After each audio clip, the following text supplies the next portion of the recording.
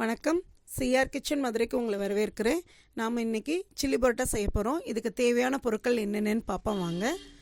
3 பெரிய வெங்காயம், 2 தக்காளி, 5 பச்சை மிளகாய் நேர கீறி வச்சுருக்கேன், 2 பல் பூண்டு தட்டி வச்சுருக்கேன். நீங்கள் கருவேப்பிலை, கொத்தமல்லி, லெமன், 1 ஸ்பூன் தனி மிளகாத்தூள், 10 பரோட்டாவை நான் கட் பண்ணி வச்சுருக்கேன். அதுக்கு தேவையான அளவு எண்ணெய்.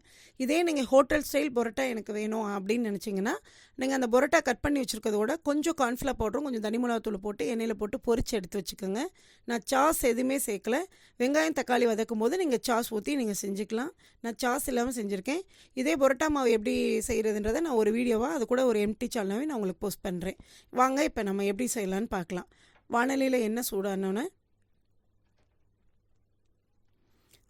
நறுக்கி வச்சுருக்க வெங்காயத்தை போட்டுக்குருவோம். வெங்காயம் ரொம்ப வதங்க வேணாம், லைட்டாக வதங்கினா போதும். தேவையான அளவு அந்த பச்சை மிளகாயும் போட்டுக்கிறோம். கருவேப்பிலையும் போட்டுக்கோங்க. இப்போ நறுக்கி வச்ச 2 தக்காளி பழத்தையும் போட்டுக்குருவோம். தனி மிளகாத்தூளும் போட்டுக்குருவோம். நல்லா வதக்கி விட்ருங்க.